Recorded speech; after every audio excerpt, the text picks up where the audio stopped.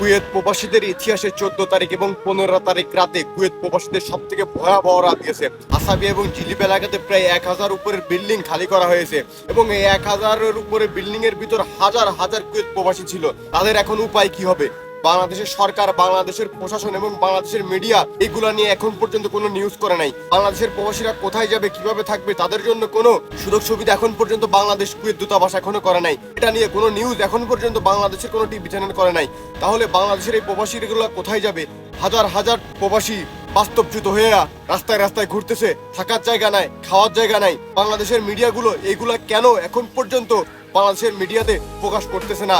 Kuwait প্রবাসীরা কোথায় যাবে, কার কাছে থাকবে, কিভাবে তাদের দিন চলবে, এখন পর্যন্ত তারা বুঝতে পারে না। হাজার হাজার প্রবাসী রাস্তাঘাটে এখানে ওখানে বাসার ছাদে মাদে থাকতেছে, তাদের থাকার কোনো জায়গা নাই। অথচ তারা 8 থেকে 10 লাখ টাকা খরচ করে এই কুয়েতে আসছে। কুয়েত প্রবাসীদের রেমিটেন্সের টাকায় বাংলাদেশের প্রশাসন চলতেছে, বাংলাদেশের মিডিয়া চলতেছে, এবং কি পুরো বাংলাদেশ এই রেমিটেন্সের উপর ভিত্তি করে দাঁড়িয়ে আছে।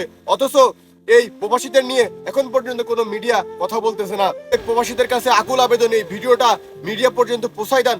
এই কুয়েত অসহায় প্রবাসীদের নিয়ে নিউজ করে এবং এদের যথাযথ দায়িত্ব পালন করে। ভিডিওটা আপনারা দ্রুত গতিতে শেয়ার করে ছড়িয়ে দিন, যাতে ভিডিওটা প্রত্যেক বাংলাদেশির কাছে পৌঁছে যায় এবং তারা যেন এটা নিয়ে নিউজ করে এদের একটা সুস্থ সমাধানের আওতায় নিয়ে আসে।